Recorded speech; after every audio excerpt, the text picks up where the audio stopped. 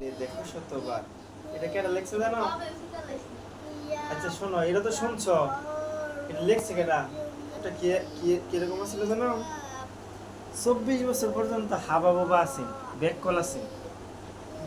পরে এই লোকটা আছে হিন্দু, লোকটা কি হিন্দু। পরে পরে বিয়া মনে করো এর বাবা চিন্তা করতেছে আমার পোলাটা এত হাবা বাবা, তারে বিয়া করা দিলে মানে জ্ঞানী হইব, টেডন হয়ে যাব।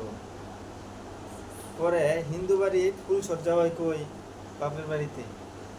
পরে মনে করো এই আর বিয়া করা দিছে, এত সুন্দর একটা মাইয়া, পরীর মতো। কার কাছে? এই বেককলের কাছে। পরে শ্বশুর বাড়ি গেছে প্রথম দিন, যাওয়ার পরে দেখা হয় যে হিন্দু বাড়িতে যেমন ওই একটা মুসুরি টাঙাইছে, এটার ভিতরে বাসুর ঘর। তোমার দর্শক ফাঁকি বুঝছো? এই যে কেমন মুসুরির ভিতরে বোনা সাজায়া পর বসায় দিচ্ছে।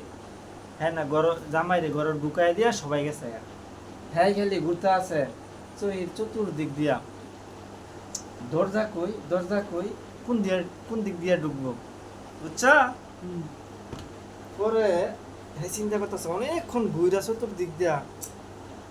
পরে এক আলমারি আছেন, চেয়ারের উপরে উঠা, আলমারির উপরে উঠা পরে তো মনে করো এমন এক লাভ দিছে, মশুরির উপর দিয়া বইয়ের উপরে গিয়া পড়ছে। আচ্ছা বইয়ে তো এই ঝাড়ু লইয়া গোলামের ঘরে গোলাম।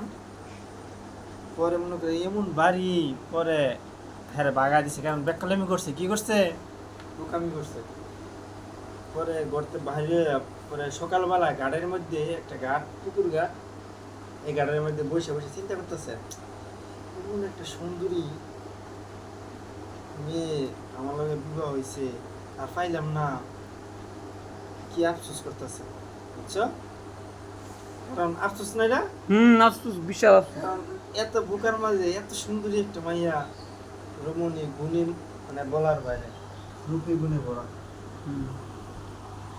ওর হিন্দু মহিলারা দেখবা সকালবেলা গোসল করে আর এই যে পাতির মাঝে, পুকুর ঘাটের মাঝে এক কলস লইয়া, এই জন্য আগে কোমরের মধ্যে কলস থাকতো, এই কলস খাইল সুন্দরী ইয়া ছবি দেখছি কেটা কেটা কলস নিয়া হিন্দুরা। হ্যাঁ হ্যাঁ চিনছে, মাইদা চিনছে, ভেরি গুড।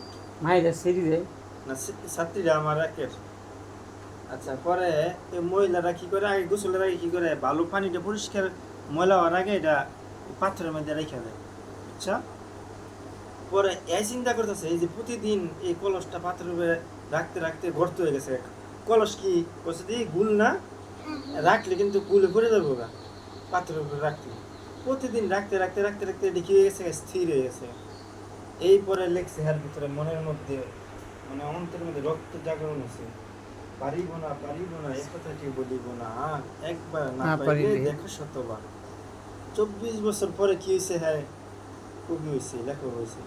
আচ্ছা তার কবিতা লেখক করে। আচ্ছা তোমরা যে হাবাবো দেখলে বোঝা যায় এমন নয়, কালিদাস নাতি কালিদাস পণ্ডিতের বাড়ির পাখি।